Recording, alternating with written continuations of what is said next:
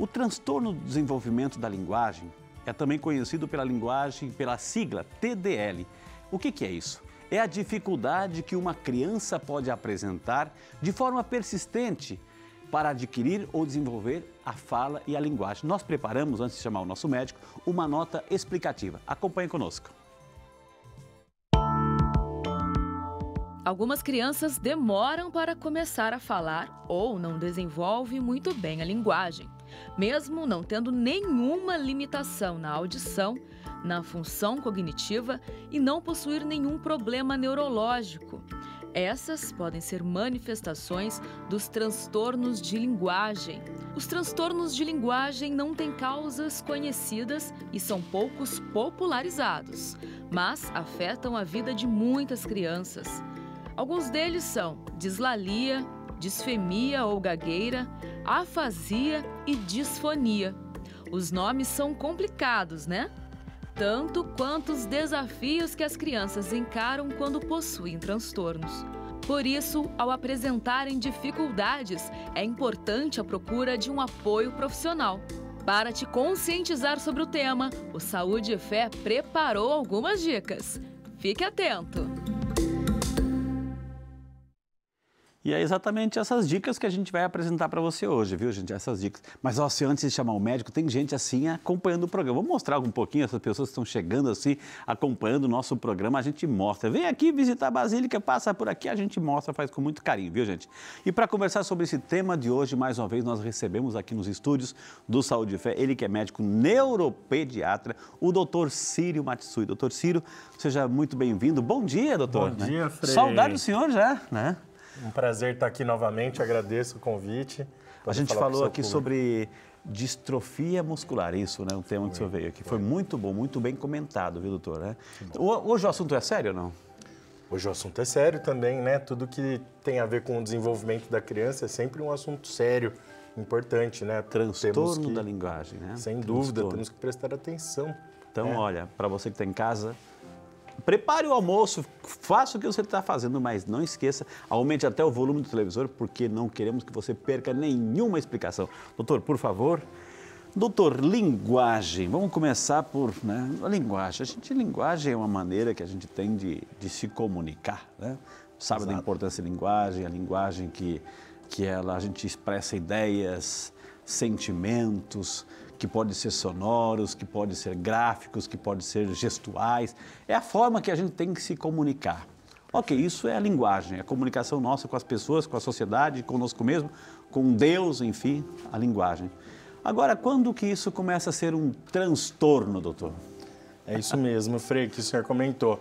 Então, a linguagem é uma das coisas mais evoluídas do ponto de vista, né, do desenvolvimento, é uma coisa que nos torna humanos, né, uma das coisas que nos diferenciam, né, sem dúvida, dos outros animais. Então, a linguagem é muito importante para o desenvolvimento do ser humano e para a criança, né, ela é fundamental para o desenvolvimento infantil também. Então, a linguagem, todo o seu desenvolvimento, ele tem a ver com o amadurecimento da estrutura do cérebro, né? Que a criança, quando nasce, o cérebro, o sistema nervoso não está completamente formado e ele vai se desenvolvendo. Já existe um cerne ali, né, da linguagem, mas essa linguagem e o próprio cérebro da criança vai se desenvolvendo com o tempo, com a interação, com a comunicação estabelecida com as outras pessoas. O doutor Círio, é claro que quando a gente quer se comunicar, se manifestar, a linguagem na falada, tem uns que são falantes demais, enfim, tipo o Frei Rinaldo que fala pelos cotovelos. Mesmo o não falar é uma forma de linguagem, uma forma de expressar, é um comportamento, doutor. Exatamente, o senhor e tem cada um tem o seu razão. jeito, né? Exato, porque a comunicação pode se estabelecer pela linguagem verbal, a linguagem não verbal, né? Pelo olhar língua, também, né? Pelo olhar, sem dúvida. E a linguagem em si são as regras, né, que uma determinada pessoa usa para se comunicar em uma determinada cultura, em um determinado povo, em um determinado país. Eu lembro quando eu era pequeno, doutor, assim, que bastava a minha mãe olhar, a gente já sabia olhar, a gente sabia ler, né? Interpretar. Principalmente quando a gente fazia arte, né? Bastava, ou se ela chamava pelo nome completo, Ave Maria, aí sim, né, doutor? Então, mas assim, quais são os principais tipos? O que é um transtorno? Para a gente falar quais os principais tipos de transtorno. Perfeito, Frei. Então, o transtorno já é uma alteração da linguagem que leva a um prejuízo da comunicação social. Então, uma criança, o transtorno de linguagem é um transtorno do neurodesenvolvimento, então afeta as crianças inicialmente, se inicia na infância.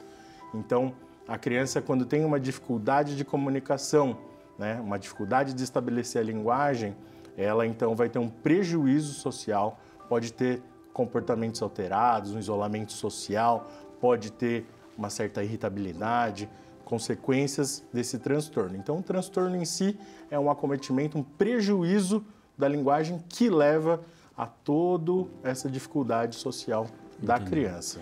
Doutor, quem está em casa, todos nós gostamos de muitos exemplos práticos, né? Muitas situações do dia a dia, situações que moram conosco, enfim.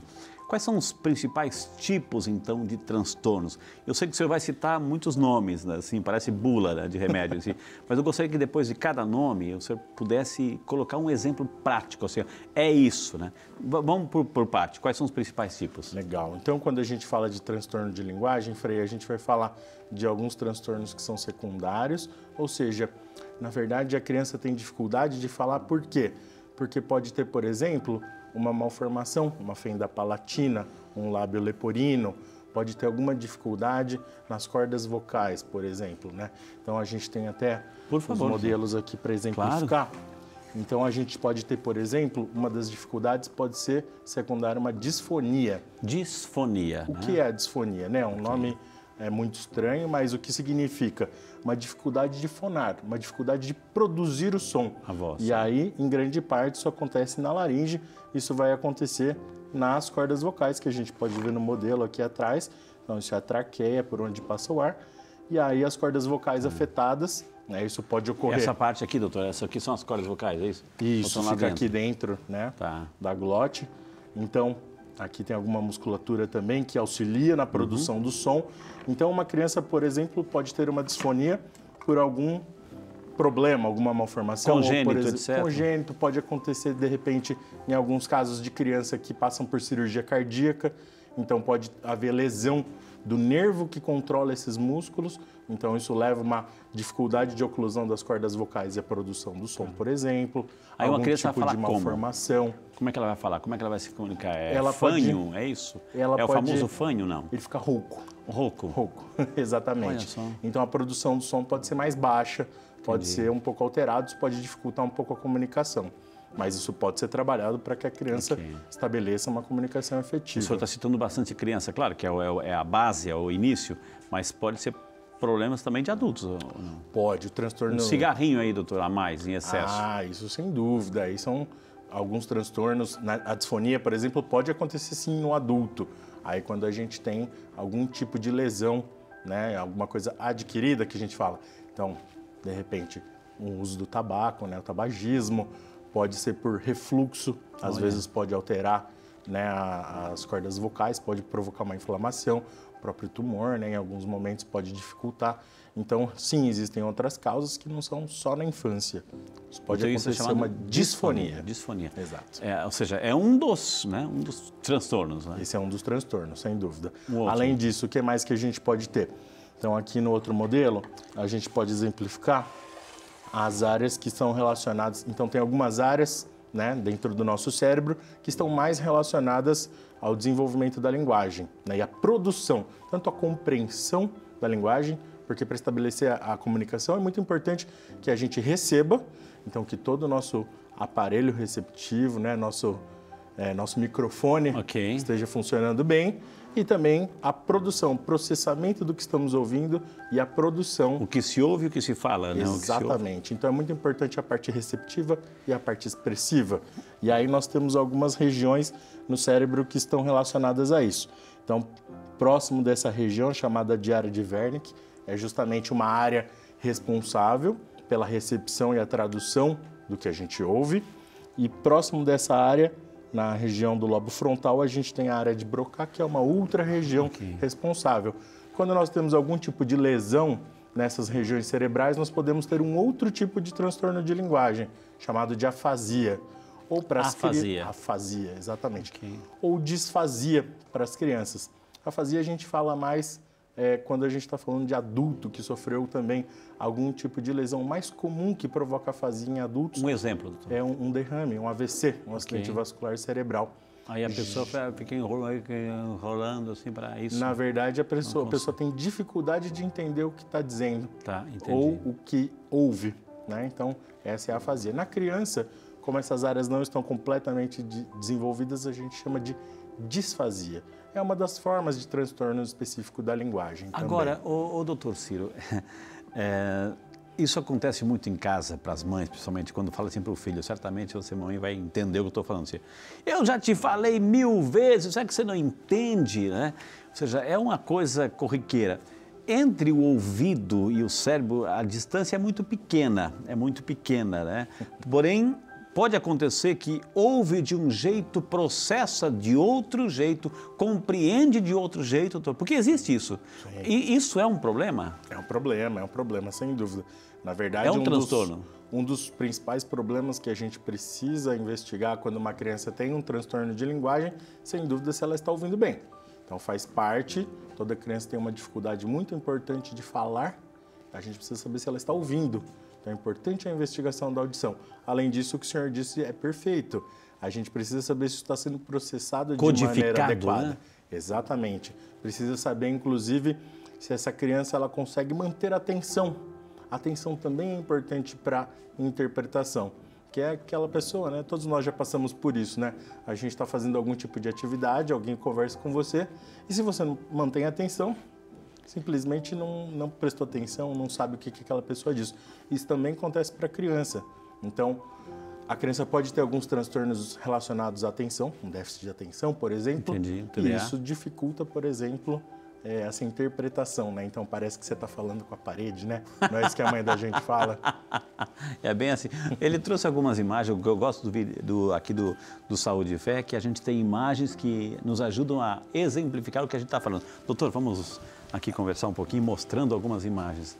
Aí, doutor, assim, aí então tá um corte do nosso cérebro. Ótimo. Né? Então aqui a gente pode ver várias estruturas envolvidas com a linguagem, né? Então a gente consegue ver tanto as estruturas da laringe, da faringe, que são importantes onde contém as cordas vocais, que são importantes para fonar. Então aqui que acontecem os problemas da Um passa a comida, outro passa o ar, né? Exatamente. Então o esôfago atrás passa a comida e a traqueia passa o ar, e aqui em cima, na glote, você faz a fonação, os sons.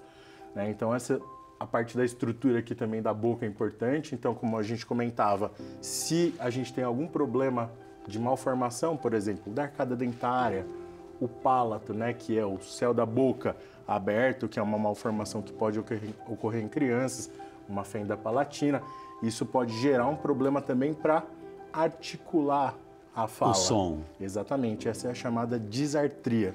Então, isso pode acontecer não só em malformação, Frei, mas isso também pode acontecer com algumas crianças que têm algum tipo de dificuldade. Pode ter uma fraqueza, pode ser uma criança mais molinha, mais hipotônica. Isso pode levar a uma dificuldade de articular a fala. O fanho, doutor, assim, eu não sei se tem um nome específico, a gente conhece por fanho, a pessoa meio fanho. Isso é um transtorno, vem da onde aí? Também existe uma dificuldade. Então, aqui, por exemplo... É fanho o nome? É fanho? Podemos chamar de fanho também, mas uma fala nasalada. Né? Okay. Isso pode acontecer, então, justamente pelo ar não conseguir ser articulado somente na boca, escapar e uma parte também sair pelo nariz. Então, isso dificulta um pouco a formação da palavra. É um tipo de disartria também, né? De articular a palavra. Tem pessoas, doutor, né, às vezes eu me corrijo sempre, porque a gente lida com rádio, com televisão, com comunicação, e às vezes a fala nem sempre acompanha o pensamento, etc. A gente tenta atropelar muitas vezes as palavras. Enfim, mas tem gente que isso é muito acentuado, que atravessa as palavras, que come letras, passa por cima, etc.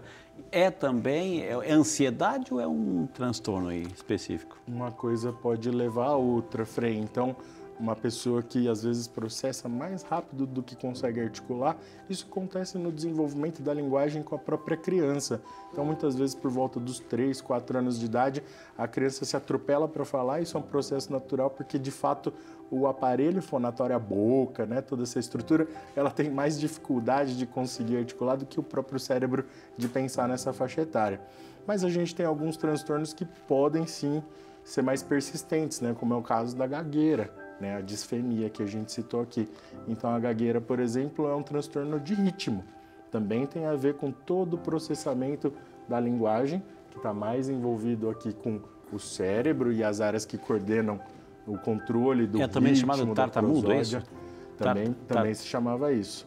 Tem uma série de distúrbios diferentes em relação ao ritmo também. Por que a pessoa, eu vou chamar o gago, né? Por que ele tem dificuldade de falar, mas assim, na hora de cantar, flui a fala, o canto? É muito curioso, Frei. Então, isso tem a ver com, provavelmente, usar outras vias cerebrais, outras estruturas. Olha então, só. a área que você usa para cantar, a área que você usa para ler do gago também lê bem, né? Então, essas áreas acabam passando por outros circuitos cerebrais e flui muito bem. Agora, na fala espontânea, ele tem muita dificuldade. Aí tem dificuldade, acaba ficando ansioso, existe uma pressão das outras pessoas e aí é um ciclo vicioso, né? Vai piorando essa gagueira.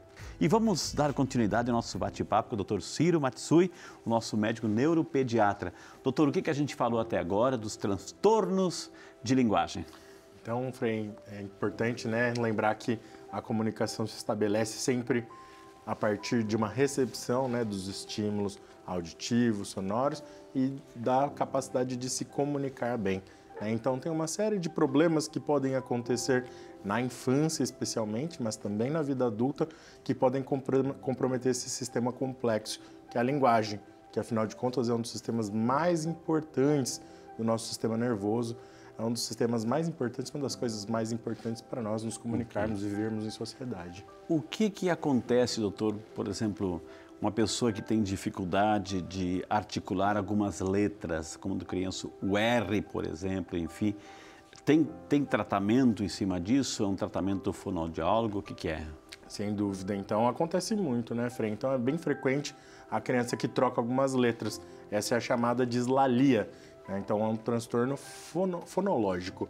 É uma interação que é prejudicada tanto da parte cerebral, que comanda a linguagem, quanto da parte de articulação da própria fala, os músculos da face.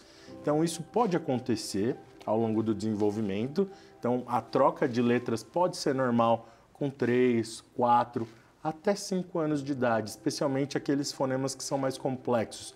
LH, PR, PRA, PRI. Okay. Então, esses vocábulos, eles podem ser um pouco mais complexos e a gente pode tolerar ali até 4, 5 anos essa troca. Mas a criança que está com 5 anos e boa parte do que ela fala você tem dificuldade de entender, então, né, com 4 anos eu já espero que a criança tenha uma fala completamente compreensível. Se chegar com 4, 5 anos eu entendo metade, mas o resto eu tenho dificuldade de compreender, já vale procurar ajuda. Então, já vale uma avaliação fonoaudiológica, um acompanhamento, um estímulo, porque é neste momento que a gente pode ajudar a solucionar esse problema. Entendi. E aí, doutor Ciro, e de repente aquela mãe preocupada, nossa, as crianças da minha vizinhança, todas elas já estão falando, a minha criança ainda não está falando. Acontece isso também, esse retardo na fala? Acontece bastante e a gente também precisa prestar atenção nisso, né? Então, uma criança, tudo bem que tem aquela velha máxima, né, de que cada criança tem seu tempo, de que cada criança começa a falar numa idade, é verdade, mas eu acho que tem alguns sinais de alerta, algumas coisas que a gente precisa prestar atenção. Então, já desde o bebezinho, a gente pode prestar atenção em algumas coisas e já existe uma linguagem, já existe uma comunicação desde o bebê. Então, desde os primeiros meses, o choro, aquele barulhinho do bebê, o A, o Bu, Ba. Então, todas essas vogais, depois as consoantes que são produzidas pelo bebê já são uma forma de estabelecer a comunicação. Então, por exemplo, se a gente chega aos 6 meses e o bebê não faz nenhum tipo desses sons, já é um problema, já precisamos prestar atenção. Então, quanto mais precoce a gente consegue identificar um problema, a gente pode correr atrás e corrigir, impedir que isso gere transtornos mais importantes. Com 1 ano e meio, 2 anos, né, a criança já deve falar uma série de palavras, de 50 a 200 palavras. Com 2 anos, a criança já pode começar a falar frases. Chegou com 2 anos, meu filho não está falando nada. É um problema. Sem dúvida, vale a avaliação de um profissional, né, para tentar entender o que pode estar acontecendo. E todos nós, quando éramos pequenos, doutor, até hoje, né, eu sou vidrado em história em quadrinho, a Turma da Mônica, e tinha lá o personagem Cebolinha que fala helado, né? Ou seja, isso pode persistir? Né? Existe isso ou não? Isso pode persistir. Então, em uma determinada fase, essa troca, o helado, né, a dislalia, ela pode acontecer naturalmente, mas é isso. Com 5, 6 anos, se continua tendo essas trocas, então chama atenção. É uma criança que precisa de um acompanhamento fonoaudiológico para poder desenvolver melhor a linguagem. Qual a nossa preocupação, Frei, quando a gente tem uma criança que mantém essas alterações de linguagem? Tem consequência lá na frente?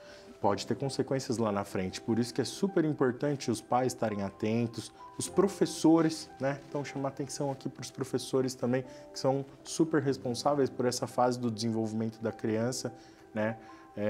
E o próprio pediatra também, prestar atenção como essa criança está falando, que quanto antes a gente identificar, mais cedo a gente pode tratar, e o tratamento é basicamente um acompanhamento fonoaudiológico, para que no futuro ela não tenha impacto. Porque se persiste esse tipo de transtorno, no futuro isso pode gerar uma dificuldade escolar, pode gerar um transtorno de déficit de atenção e hiperatividade, pode gerar uma dislexia. Então, são transtornos que é se uma perpetuados. Dislexia? A dislexia já é um transtorno também relacionado à comunicação, mas aí a comunicação escrita e a leitura. Entendi. Então, é uma criança que teve problemas com a linguagem, né? 80% das pessoas que têm dislexia, e a dislexia pode permanecer inclusive na vida adulta, 80% deles tiveram algum problema de linguagem quando criança, quando pequenos.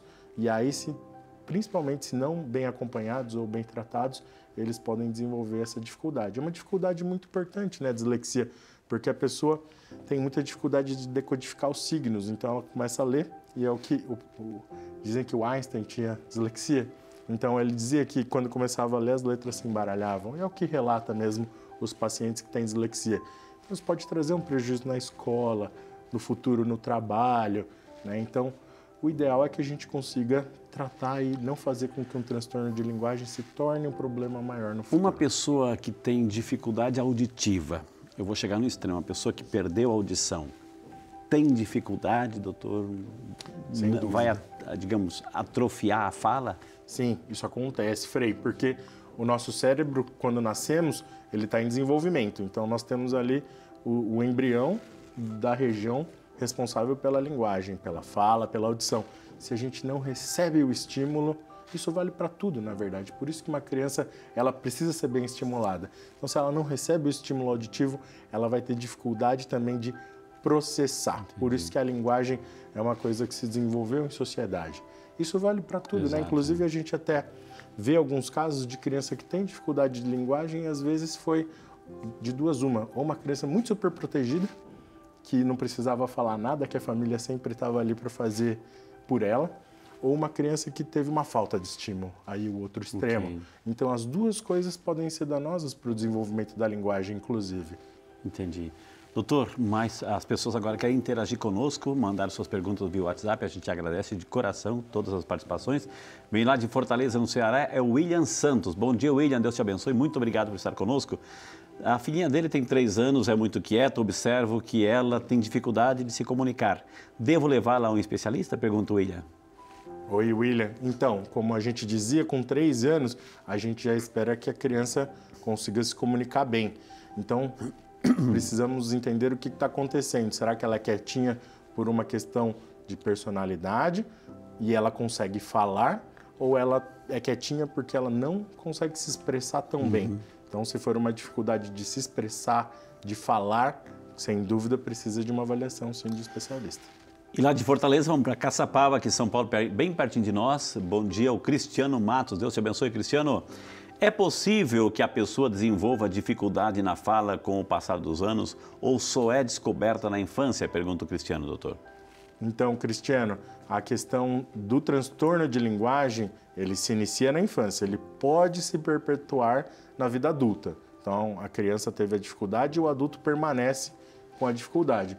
Mas, de modo geral, se inicia na infância, o transtorno específico de linguagem. Quando a gente está falando, claro que pode ter outros problemas que acontecem ao longo da vida que vão afetar a área da linguagem, como a gente comentou. Um acidente vascular cerebral, um câncer, um trauma, um câncer, enfim, algum problema na laringe. Então, isso pode acontecer, mas o transtorno de linguagem é um problema do neurodesenvolvimento da criança. Da criança. A Maria das Graças de Taubaté, São Paulo, aqui bem pertinho de nós. Maria da Graça, Deus te abençoe, viu? Muito obrigado por estar conosco aqui. Meu neto, de 4 anos, tem síndrome de Down e ainda apresenta dificuldades ao falar. É normal? Pergunta a dona Maria das Graças, preocupada com o netinho dela. Bom, dona Maria, então, a criança com síndrome de Down pode ter um atraso maior na fala, sim, né? Com 4 anos e ele tem algum tipo de dificuldade, isso pode acontecer, isso pode ser só decorrência da síndrome de Down. Não significa que ele não precise de um cuidado a mais. Então, talvez ele se beneficie muito de um acompanhamento fonoaudiológico, mas isso pode acontecer sim na criança com síndrome de Down. Outros tipos de síndrome de Williams, enfim. A Tainá Costa, de Salvador, na Bahia. Obrigado, Tainá. Deus te abençoe. Bom dia para você, minha querida. Se a criança frequentar a escola desde muito cedo, ela desenvolve melhor a fala, né? Então tem que esperar uma certa idade para colocá-la numa creche ou numa unidade educacional, doutor? Bom dia, Tainá. Então, essa é uma ótima pergunta, né? Todos os pacientes sempre perguntam isso. E a minha experiência prática, Frei, é de que a criança na escola, ela realmente se desenvolve bem. Eu acho que a escola é um ambiente muito saudável na grande parte das vezes, né? Então, tanto para aprender a conviver em grupo, compartilhar, né, as coisas, saber interagir, e a linguagem está dentro também desse nosso convívio. Então, com certeza, a criança que vai para a escola, ela tende a desenvolver a linguagem mais rapidamente. Então, acima de tudo, acho que a gente aprendeu hoje é prestar atenção nos sinais, né? Comunicação é fundamental. O ser humano precisa, aliás, todo ser vivo se comunica de uma forma ou de outra. E nós é a linguagem, a fala. Então, prestar atenção principalmente no período de desenvolvimento da criança. Aprendemos hoje quais são os transtornos e como a gente pode tratar tudo isso, viu? Tivemos o prazer de conversar com o Dr. Ciro Matsui, nosso médico neuropediatra. Quem quiser entrar em contato, anota aí o Instagram, gente. Dr. Ciro Matsui, arroba, né, Dr. Ciro Matsui, e o Facebook também. Procure lá, Dr. Ciro Matsui, que você pode encontrar. Tem dicas, tem vídeos, tem informações que dá para ampliar ainda mais o programa de hoje. Doutor Ciro, eu queria imensamente agradecer, é sempre uma honra recebê-lo aqui nos estúdios do Saúde e Fé. Fique à vontade de voltar quantas vezes for necessário o senhor quiser, viu, doutor? Frei, eu que agradeço, é um prazer poder participar de novo, é muito agradável estar aqui sempre. E se a gente puder ajudar um pouco divulgando algumas informações, eu fico muito feliz. Que Deus abençoe. Tá tomando aguinha na canequinha? Claro. Que maravilha, gente.